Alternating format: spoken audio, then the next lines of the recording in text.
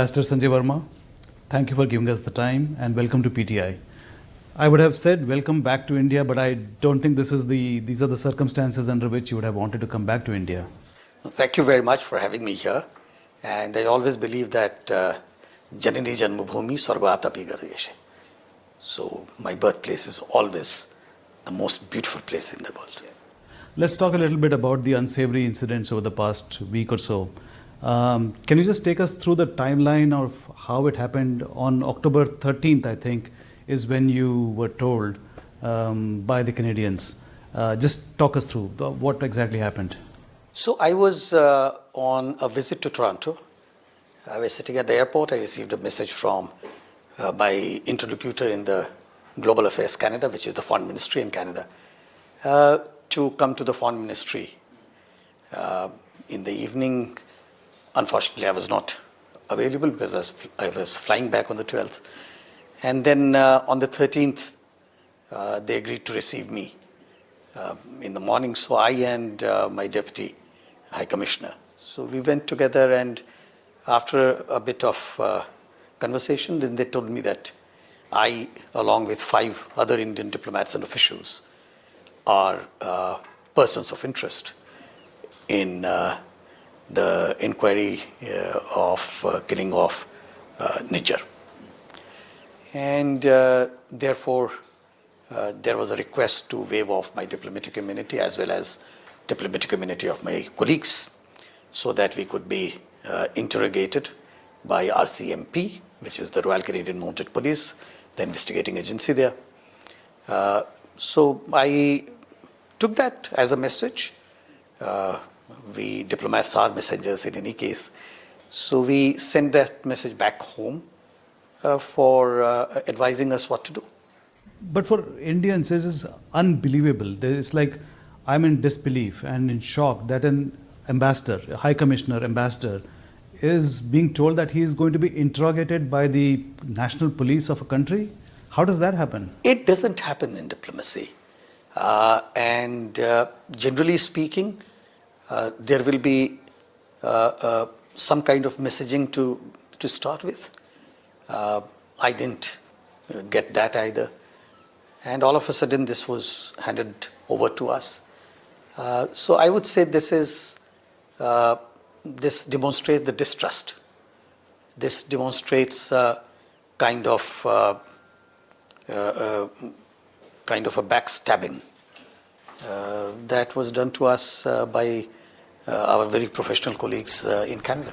And a country that we consider our friends. Absolutely. Because, both are democracies. Both are countries of rule of law. We have a huge diasporic interest in Canada. We are good trading partners, investment partners, etc. So we had been doing well in the overall canvas of our bilateral relations.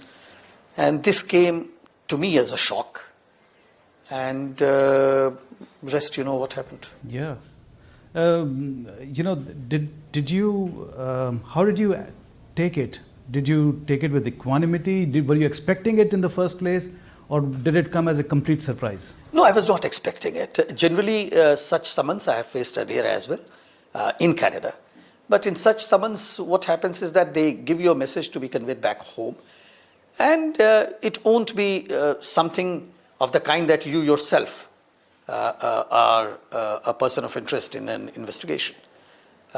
So, yes, inside it hit me a bit, but externally, as a representative of 1.4 billion people, I was absolutely calm.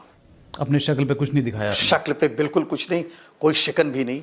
तो उन्हें भी ऐसा लगा कि पता नहीं ये कौन सा इंसान है जो इस तरह से व्यवहार कर रहा है. लेकिन मुझे खुशी ये हुई कि मैंने उन लोगों को कोई भी ये खुशी नहीं दी कि ये उदास है. जी. और या डर गया हूँ मैं. या मैं डर गया हूँ. और आपको सिर्फ 4-5 दिन दिए गए थे कि आप छोड़ के चले जाइए कनाडा. तो मुझे जो हमारी डेडलाइन थी वो थी 19 अक्टूबर कनाडा का टाइम, ऑटवा का टाइम. कनाडा में बहुत सारे टाइम्स है. तो ऑटवा के टाइम से 11:59 रात्रि अक्टूबर 19. और अगर आप ना जाते तो शायद आप अरेस्ट भी हो सकते थे। अगर मैं नहीं जाता तो मेरी डिप्लोमेटिक इम्यूनिटी ख़त्म हो जाती और मैं उनका जो इन्वेस्टिगेटिव प्रोसेस है उसमें मुझको जबरन शामिल किया जाता। आपने 36 साल के अपने डिप्लोमेटिक करियर में आप जापान के एम्बेसडर रहे हैं, सूडान के एम्बेसडर रहे हैं, कौंसल जनरल रहे हैं, कई जगह पे आप कनाडा के एम्बेसडर, हाई कमिश्नर, आपने बहुत सारे अप्स एंड डाउन्स देखे होंगे। Do you think this is, where would you rank this? Is it like the worst experience you have ever had? This is the pits, and this is the most unprofessional approach to a bilateral relation. If they really believe that it is a large relationship for them as well, there are other diplomatic tools available in the hands of a diplomat, and those tools could have been used in order to see things falling in place as they had wished. This is not the kind of behavior or an experience that you'd expect from a thriving democracy. Absolutely not. And all this is because of the Khalistan problem. Can you just tell us a little bit about the genesis of the Khalistan problem in Canada, basically? How did Canada become a hotbed of this movement? See, Canada had been a place where migration from India took place from early 20th century, so 1900s, early 1900s. And in fact, first when the first ship arrived there, a Japanese ship which had Indians, at that time we were still a colony of Britain. So when they arrived, the Canadians did not allow them to berth. And many Indians on that ship perished without food. So a lot of atrocities are there in the history on people of Indian origin. And after a lot of persuasion, but also due to fear of a backlash globally, the ship was allowed to dock in Vancouver. Then they got down. So that was the first larger wave of our brothers and sisters going from here to Canada. A number of them were in the Sikh community.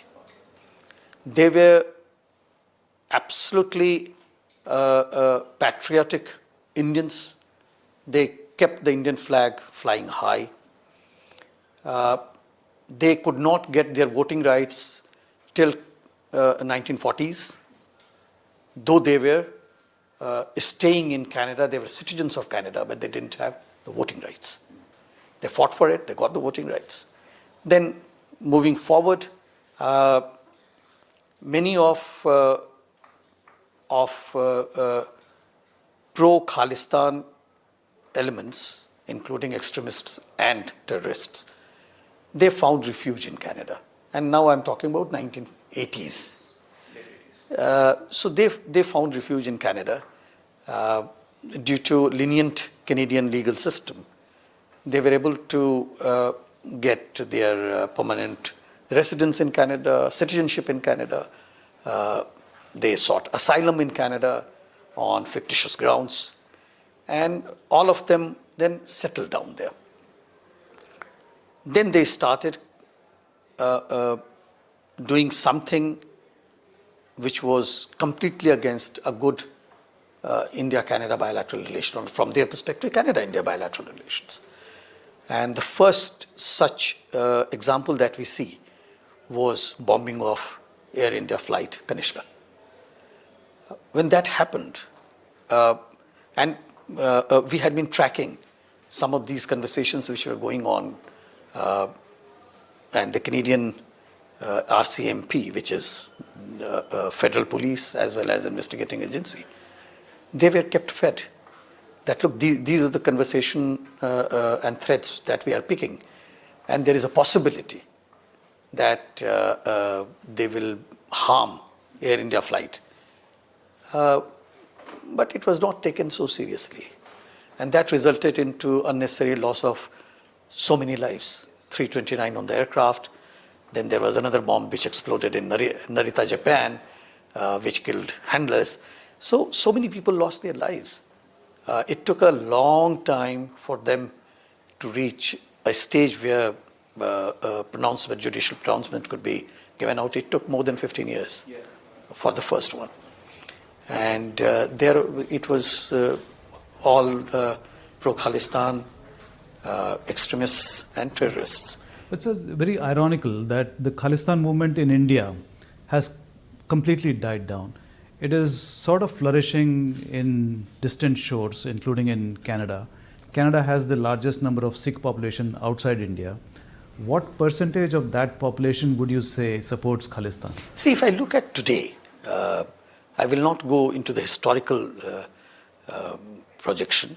So if I look today, I would say that about 10,000 of people in the Sikh community in Canada would be hard-lying Khalistanis. Only 10,000? Only 10,000. So it's just a handful. But they have made Khalistan into a business. In the name of Khalistan, they do human trafficking, they do drug trafficking, they do gun running. So they earn a lot of money through that. Then a lot of money would be collected in the Gurudwaras, place of reverence and religious worship. And then they would use a part of that money into all nefarious jobs. So what then they do is, since that is the business for them, then these 10,000 intimidate others to join in. So for an example, someone will say that, I know where your daughter goes for education, studies. So people get intimidated. So I would say if you take those who are intimidated and those who are hardliner Khalistani extremists based out of Canada, I would put the figure at about 100,000, 1 lakh. Okay. That's a very small number compared to the overall population. But they have a huge, they shout aloud. And therefore, the babies are fed who shouts aloud. So therefore they are fed. And they have political influence, they have been working. Fed by the Canadian authorities, by the Canadian government, Canadian political system. Canadian system overall. So if today I look at it, almost every Canadian law and order vertical has got in it the pro-Khalistan elements.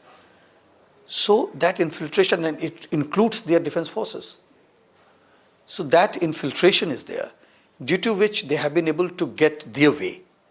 If I look at the Canadian Parliament, there are a number of parliamentarians who are known to have voiced opinions on challenging the territorial integrity of India, sovereignty of India, on record. So as a fellow democracy, I would have thought that they will never talk of disintegration of India or further division of India. Territorial integrity is supreme. So we'll have to go into the political system of Canada to understand why the administration does not crack down. I mean, to us, it is so logical that here is a group of people which wants to destroy India, to harm India, and they are living in a friendly country, but the friendly country is doing nothing to stop them. Why is it? Is it because the country is made up of a large number of immigrants from different areas? Do they become political constituencies which support the system? Very much so. How I see Canadian foreign policy, and that's my analysis, I may be absolutely off the track, but it has got a lot of diasporic inputs. And these diaspora which are there in Canada, including diaspora from India, they are stakeholders in their foreign policy. Okay. And their inputs are taken as sacrosanct because they are voters as well. And in order to win elections, the political leaders do depend on them. So when you take inputs from a part of the diaspora, which in any case is anti-India, then what do you get? So your foreign policy becomes that much more colored from their views and opinions. So the one that shouts the loudest gets the attention. Gets the attention. And other members of the Indian community, other members of the Indian diaspora, they are there to earn a living. Yeah. They do not have a business as the Khalistanis have. Yeah. So they are there to earn their livelihood. They are there to live peacefully with others. So they are not the ones who would shout the loudest, but these Khalistanis do shout the loudest. And that is why they get the support of the politicians. Absolutely. Okay, so this whole unsavory incident that has happened, is it irreversible or is there a possibility कि अगले साल जब अगर elections होते हैं Canada में तो things will become normal? देखिए, ये जो होना था वो हो चुका है और एक भारतीय होने के नाते, केवल हाई कमिश्नर के नाते नहीं, भारतीय होने के नाते मैं तो यही चाहूँगा कि दोनों देशों के बीच का संबंध बेहतर हो, लेकिन वो बेहतर हो इस कारण से नहीं कि हम बेहतर करना चाहते हैं, बल्कि इस कारण से कि दोनों एक दूसरे की इज्जत करते हैं, दोनों एक दूसरे के सिस्टम को समझना चाहते हैं, दोनों एक दूसरे के जो कोर कंसर्न्स हैं उसको समझे। और हमारा कोर कंसर्न बहुत क्लियर है, कई बार बताया जा चुका है हमारे कैनेडियन मित्रों को कि हमारा कोर कंसर्न है वहाँ से एंटी इंडिया एलिमेंट्स, जो ये खालिस्तानी एक्सट्रीमिस्ट और टेररिस्ट्स वहाँ पर हैं, जो चैलेंज करते रहते हैं इंडिया की सॉवरेनिटी, टेरिटोरियल इंटीग्रिटी को, उन्हें किसी ढंग से उन्हें हैंडल करना पड़ेगा। एक यूनाइटेड नेशंस का मेंबर होने के कारण भी जैसे ही हम संयुक्त राष्ट्र के सदस्य हो जाते हैं तो एक तरह से कन्वेंशन है, मानकर हम चलते हैं कि दूसरे देशों की टेरिटोरियल इंटीग्रिटी और सॉवरेनिटी पे हम बुरी नज़र नहीं डालेंगे। तो अगर कोई बुरी नज़र डालता है, और ये जितने खालिस्तानी हैं वहाँ कनाडा में बैठे हुए सब कैनेडियन नागरिक हैं, वो भारतीय नागरिक नहीं है, तो भारत का भविष्य क्या होगा ये भारतीय तय करेंगे, ये विदेशी तय नहीं करेंगे। और वो विदेशी हैं, कनाडा में भारतीय मूल के जरूर हैं वो, लेकिन वो हमारे लिए विदेशी हैं। विदेशियों को हमारे इंटरनल अफेयर्स में इंटरफियर करने का कोई अधिकार न था, न है, न रहेगा। और किसी का हक नहीं है कि उनको उकसाएं और उनको प्रोत्साहन दें कि भारत में कुछ भी आतंक फैलाएं। बिल्कुल नहीं, वो तो बिल्कुल क्राइम है। और अगर इस तरह का क्राइम वो करते हैं, चाहे पैसा ट्रांसफ़र करके, चाहे किसी को उकसाकर, चाहे किसी को इनकरेज करके भारत में वायलेंस करने के लिए, तो फिर भारतीय लॉ जो है वो अपना काम करेगी फिर वहाँ पे। भारत ने तो यहाँ तक कहा है कि जो कनाडा के प्रधानमंत्री हैं वो आतंकवाद को प्रोत्साहन दे रहे हैं, तो इस हाल में जो नॉर्मलाइजेशन की जो बात हो रही है वो कैसे हो सकती है? हमने कोई एविडेंस उनको दिया है कि आप इस तरह से प्रोत्साहन कर रहे हैं आतंकवाद का? देखिए, प्रोत्साहन दोनों तरह से हो सकता है। एक एक्टिवली उनको कहा जाए कि तुम ऐसा करो, और दूसरा है कि तुम करते रहो, मैं चुप बैठूंगा। तो अगर जो क्रिमिनल्स हैं, जो टेररिस्ट हैं, जो एक्सट्रीमिस्ट हैं, उनके अगेंस्ट हम कोई एक्शन नहीं लेते हैं तो वो भी एक तरह का प्रोत्साहन ही है। तो वो प्रोत्साहन वहाँ पर काफ़ी देखा जाता है, चाहे वो डोमेस्टिक वोट बैंक के लिए हो या फिर कोई और राजनीतिक कारण के लिए हो।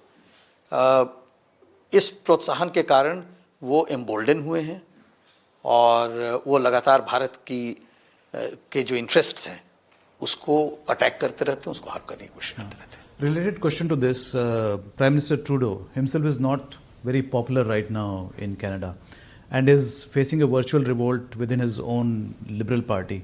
And there are some suggestions that he is turning up the heat on India so as to divert attention from his own shortcomings. How true is that? See, I'll not get into the domestic politics of Canada. That's not my job. I should not be doing that. The surveys that I have seen published in the media says that the popularity rating of Mr. Trudeau is going down. It is much below the main opposition party at the moment and its leader. So,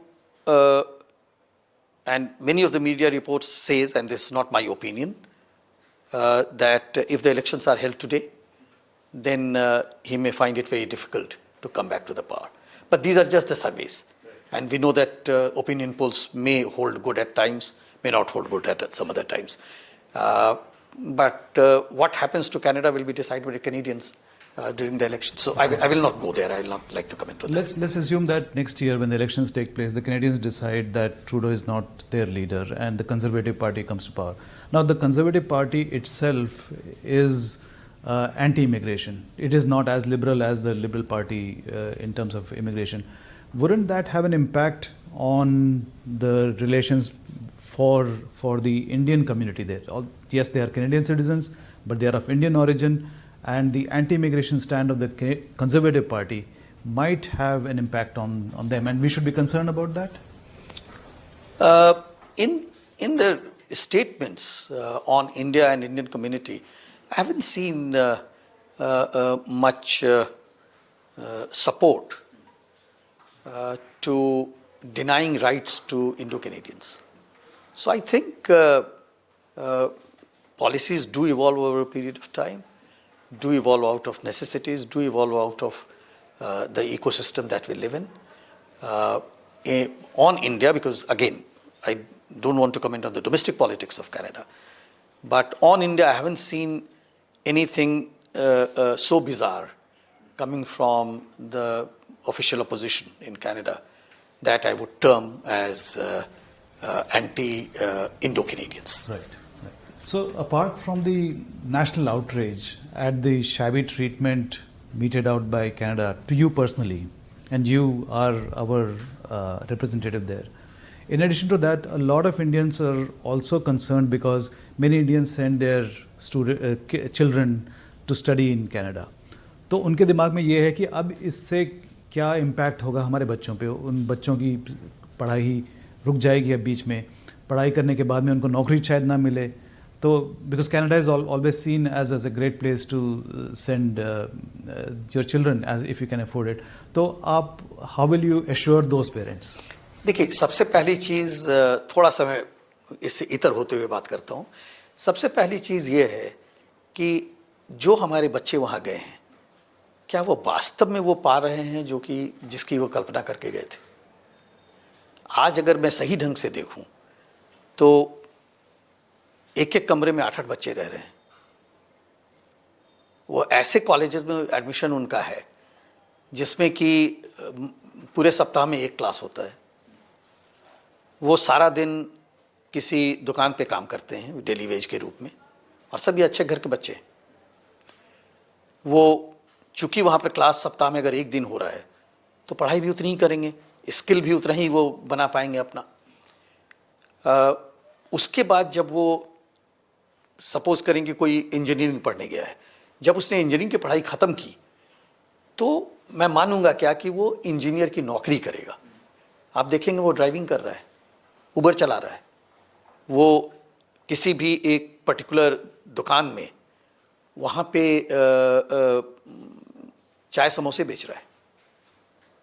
तो वहाँ पर जो वस्तु स्थिति है अभी वो बहुत इनकरेजिंग नहीं है. और इस चीज़ को मैंने अपने कनाडा में जो हमारे मित्र हैं सरकार में, वहाँ पे उनसे मैं हमेशा कहता था कि संख्या तो बहुत आ गई है, लेकिन जितनी संख्या में आए हैं भारतीय इंटरनेशनल स्टूडेंट्स, वो कहते हैं अंतर्राष्ट्रीय छात्र जो हैं, उनको वो सुविधाएं नहीं मिल रही जिसकी कल्पना करके वो आए थे. जी, हम थोड़ा सा साइड ट्रैक हो गए हैं यहाँ पर, but this is very interesting. So your advice to parents would be to think twice before sending their children to study in Canada. Absolutely. What we tried to do over a period of last 1.5 years almost, that those students who are already there and they have faced similar problems and difficulties, they could record their testimony in short videos and place it, put it on YouTube. So today, if you go to the YouTube, you will find many such testimonies which will say, know these important details before you come to Canada. So, जो parents हैं उनको अच्छी तरह से research कर लेना चाहिए, देखना चाहिए कि क्या, और वो खर्च बहुत कर रहे हैं. देखिए, एक जो कनाडा का नागरिक है, अगर वो उसी कॉलेज में पढ़ रहा है या उसी यूनिवर्सिटी में पढ़ रहा है तो उससे 4 गुना ज़्यादा फीस देता है इंटरनेशनल स्टूडेंट. तो पैसा बहुत लग रहा है वहाँ पर. उतना पैसा देकर अगर वो पढ़ने जा रहे हैं तो कम से कम एक रिसर्च कर लें कि क्या उन्हें वो सब चीज़ मिल पाएगी जो वो सोच कर जा रहे हैं. और ये सलाह आप तब भी देते अगर आप ये इंसिडेंट ना हुआ होता तब भी देते? ये मैं पहले दिन से दे रहा हूँ और मैं बार बार वहाँ से उनसे आर्जू मिन्नत भी कर रहा था, कनाडा के जो अथॉरिटीज़ हैं, कि हमारे छात्रों के भविष्य के साथ खिलवाड़ न किया जाए। और इसमें दोनों तरफ की परेशानियाँ थी। भारत में भी कुछ ऐसे एजेंट थे जो कि गलत ढंग से, गलत सूचनाओं के आधार पे इन छात्रों को भेज रहे थे कनाडा, और वहाँ जाकर तो फिर फंस गए वो, क्योंकि उनके बहुत सारे स्टूडेंट्स के जो पेरेंट्स हैं उन्होंने ज़मीन बेच दी, उन्होंने गाँव गोरू जो उनके पास है वो बेच दी, उन्होंने ऋण लिया। अब वो लड़का या लड़की जब वहाँ पढ़ने गए तो फिर वो लौटने का सोच ही नहीं सकते हैं, क्योंकि कुछ बचा ही नहीं था घर पे, और जब लौटेंगे तो किस मुंह से लौटेंगे। तो एक तरह से वो ट्रैप्ड हो गए अपनी ही सिचुएशन में। और उसके बाद जितनी दुखदाई सिचुएशन होती है, एक वक्त ऐसा था जबकि हर एक सप्ताह में हम 2 बॉडी बैग्स भारत भेज रहे थे बच्चों का, जो कि वहां पर सुसाइड उन लोगों ने किया क्योंकि वो घर नहीं लौट सकते थे, सभी कुछ बिक चुका है। वो पिताजी को क्या कहेंगे, माँ को क्या कहेंगे आकर कि मैं गया तो था लेकिन मैं वापस आ गया। तो वो सुसाइड कर रहे थे बच्चे, और एक सप्ताह में 2 बॉडी बैग कम से कम वहां से आ रहे थे। एक पीरियड था उस समय आपके मेरे समय में। अब 2022 में आप गए जी कनाडा? मेरे समय में, और इतना दुख होता था, मैं भी पिता हूं, इतना दुख होता था कि ये बच्चे वहां गए हैं, एक भविष्य के बारे में अपनी कल्पना लेकर गए हैं, और वो लौट रहे हैं एक बैग में। तो ये तो डबल वहमी हो गया है एक तरह से। एक तो पहले से प्रॉब्लम थी ये अंतर्राष्ट्रीय छात्रों की, और ऊपर से अब ये जो रिलेशन जो इतने ख़राब हो गए हैं उसकी वजह से और भी तनाव पेरेंट्स के, माता पिता के दिमाग मस्तिष्क में चल रहा है। बिल्कुल। तो दो चीज़ें मैं उन्हें बताना चाहूँगा आपके मार्फत। एक तो यह है कि रिसर्च ठीक से कर लें। दूसरा, जिस तरह से सामाजिक स्थिति वहाँ की बिगड़ गई है, जिसमें खालिस्तानी जो एलिमेंट्स हैं वो अब नॉन खालिस्तानी एलिमेंट्स पे अटैक भी कर रहे हैं। वो बच्चों को धमका रहे हैं। कई बच्चे, हमारे पंजाब के बच्चे वहाँ गए और उन्हें धमका कर कह रहे हैं कि उन्हें खालिस्तानी जो उनका गैंग है पूरा, उसको ज्वाइन करना होगा। कई बच्चे यहाँ से मासूम बच्चे के रूप में गए, वहाँ जाकर क्रिमिनल बन गए, वहाँ गैंगस्टर बन गए, खालिस्तानी गैंगस्टर, खालिस्तानी क्रिमिनल। तो आखिरकार वहाँ पर किसी ढंग से उन्हें इन्फ्लुएंस तो किया जा रहा है, और वो इन्फ्लुएंस, जहाँ तक मेरी खबर है, ज़्यादातर ये जो खालिस्तानी गूंस हैं, गुंडे जो हैं खालिस्तान के, वो कर रहे हैं। और वो किस तरह के क्रिमिनल एक्टिविटीज़ करते हैं वहाँ पर? ये जहाँ तक हम लोगों की जानकारी है उसमें ये एक्सटॉर्शंस में हैं इन्वॉल्व, गन रनिंग में इन्वॉल्व हैं, ड्रग्स में इन्वॉल्व हैं, प्रोस्टिट्यूशन में इन्वॉल्व हैं। तो जितनी गंदी चीज़ें आप सोच सकते हैं किसी भी समाज के लिए, सभी चीज़ें में इन्वॉल्व हैं। तो एक तरह से लगता है कि जैसे पाकिस्तान को हम मानते थे कि खालिस्तान का बड़ा सपोर्टर, लेकिन यहाँ तो कनाडा एक ज़्यादा, उससे भी बड़ा सपोर्टर उभरता नज़र आ रहा है। कई बार क्या होता है साहब कि आप किसी देश के बारे में आप कल्पना करते हैं कि ये तो ऐसा करेगा ही। कनाडा के बारे में ऐसी कल्पना हमारे लिए नहीं थी। लगता था कि ये एक गणतंत्र है, लगता था ये एक जनतंत्र है, तो इसलिए ये हमारे साथ है, और हमारा दोस्त है, कॉमनवेल्थ में है। तो ये लगता था कि नहीं, इस तरह की बातें वहाँ पर नहीं होनी चाहिए, और किसी भी सरकार को समझना चाहिए। और खास करके कनाडा में, जहाँ पर कि खुद उनके पास एक सेपरेटिस्ट मूवमेंट है, अभी भी एग्जिस्ट करता है क्वेबेक में। तो हम लोगों को ये लगता था हमेशा कि नहीं, ये तो समझेंगे, लेकिन शायद हम लोग गलत हो गए। Is there a conspiracy behind all this? Is something else that is going on bigger than what we can see or feel? It's all, I mean, in my analysis, most of the anti-India activities out of Canada is only for domestic political gains. Okay. There is no specific campaign to defame India as such. To defame India as such by Khalistanis, yes. But I won't blame entire Canada for that. Canadians are good friends. They are people are very objective, nice. objective people, very polite, very welcoming. So Canada as a country is a beautiful place to be. But I will not be able to say the same for the Khalistani terrorists and extremists out of Canada or their political backers. I've got some questions that go into the details of whatever has been happening. Now, India has sent 26 extradition requests to Canada, which include individuals like Goldie Brar and Arsh Sala. So what is the status of that? According to the last information that I have, 5 of them had been resolved. 21 are still pending. And these are pending since decade. So I would say that there is an inaction rather than consultation. See, all the issues which get into the judicial system of a country sometimes need consultation because we follow 2 different judicial systems. But if there is no action for last 4 years, 5 years, 10 years, then I would only call it inaction. So when you say the 5 have been resolved, or 4 have been resolved, what exactly does that mean? Are they in the process of being extradited? Yes. The 4? Yes. Can you give us the names of the 4? That will be difficult for me to. Okay. Yeah. You, before coming back to India, you gave an interview to the Canadian television, and you said that Canada had approached the High Commission for visas on October 8th for their intelligence team to visit India. But obviously, the time was very tight and you could not issue the visas at the time. Are those visas still being considered? So first of all, let me just go into the genesis so that I'm able to clarify the whole thing through you. So for any international meeting to take place, what are the key ingredients? 1, date and time. 2, place. 3, people to meet. 4th, agenda.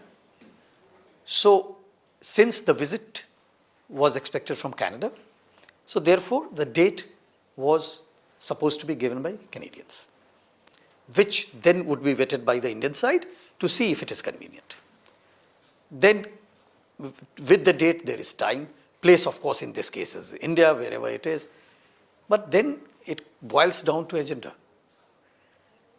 If the agenda talks of my extradition requests, I will have different pool of people to talk to you.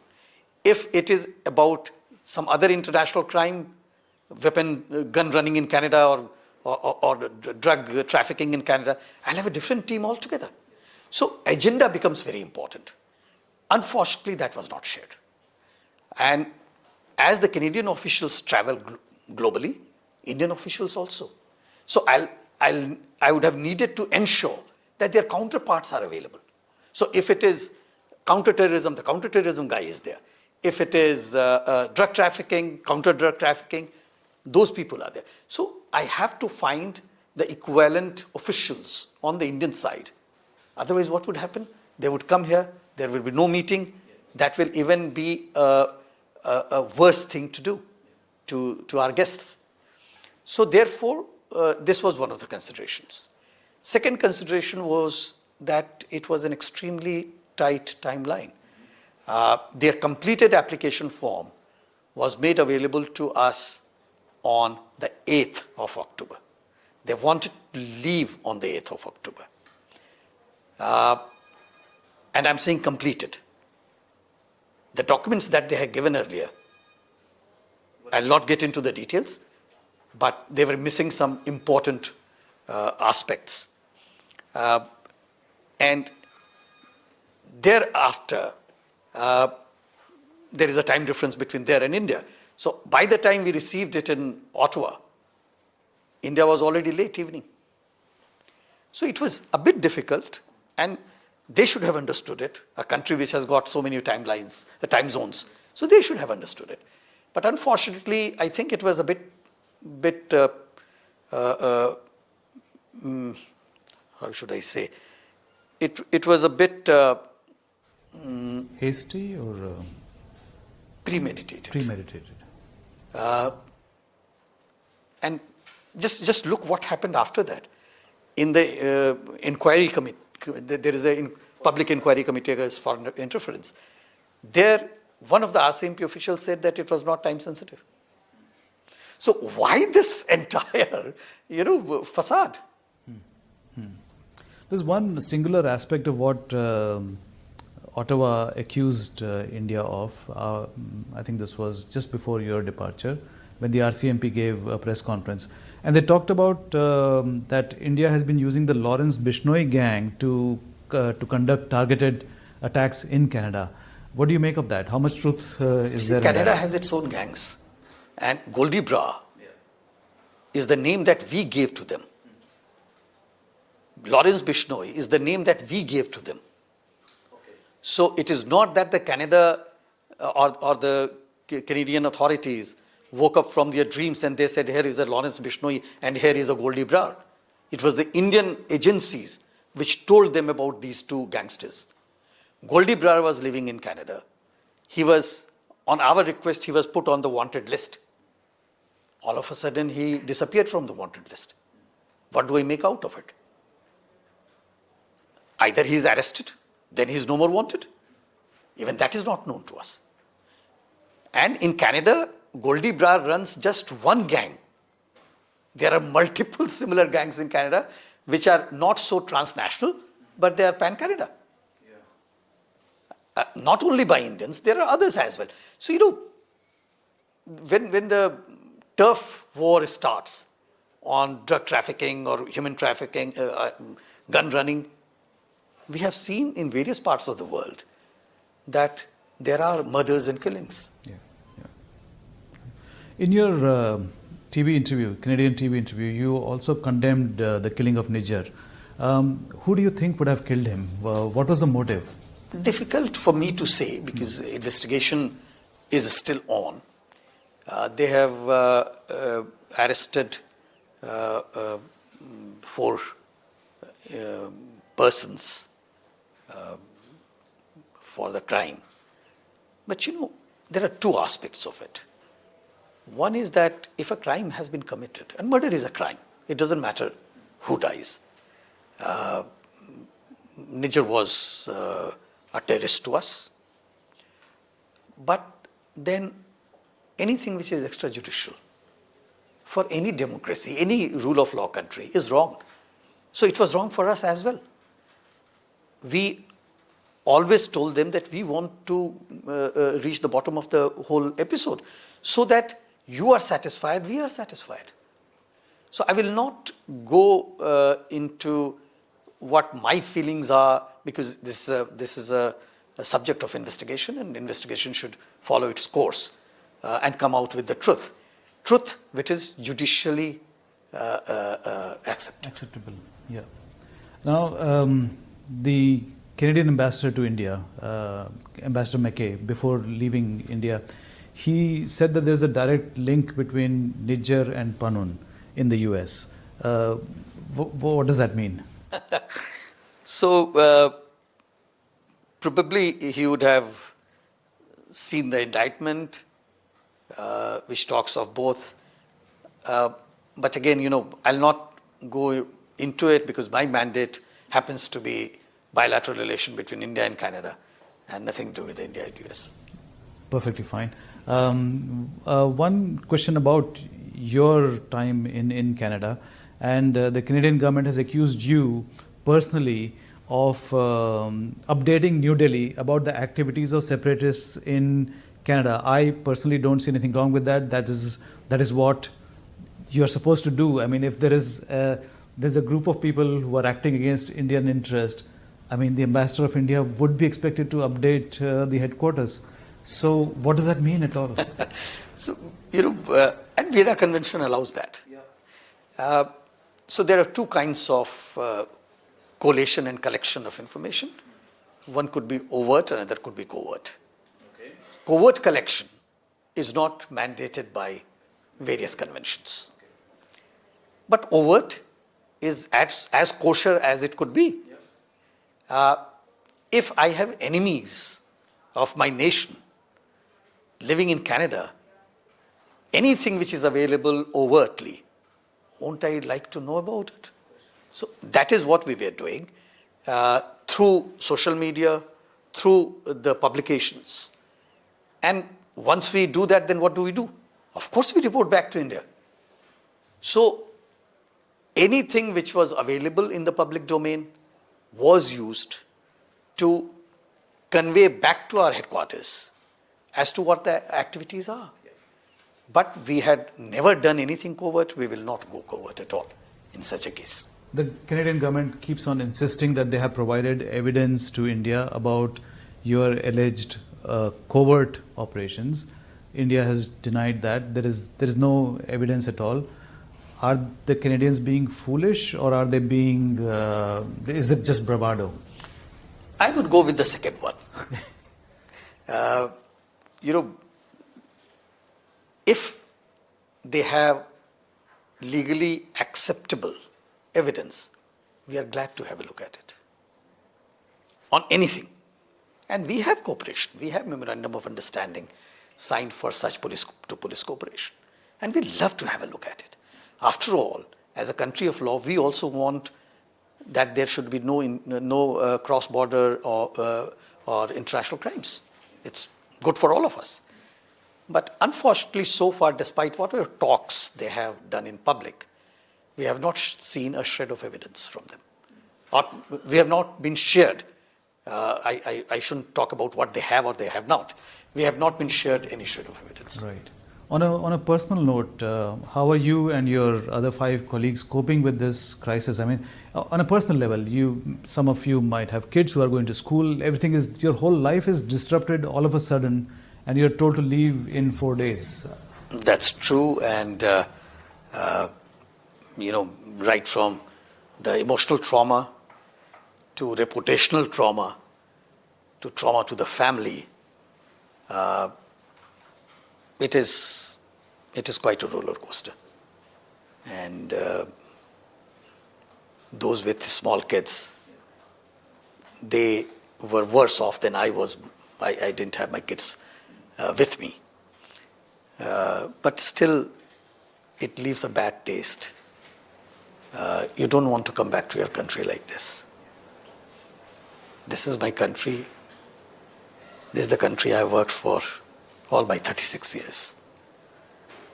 But it's not the way I would like to come back. Would you like to go back to Canada?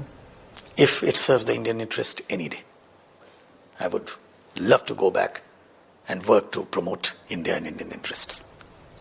So let's just wrap up the interview with one final question. You look back on this whole unsavory episode, how would you describe it, and how would you see the future in your own words? I would say the two countries have to do business together. And this was a major relationship, or this is a major relationship even today for India. There are aberrations. And as long as we are able to tackle these aberrations, we may start looking for a sweeter spot in the future. Great. Ambassador Sanjay Verma, thank you very much for talking to us. Thank you so very much. Thank you.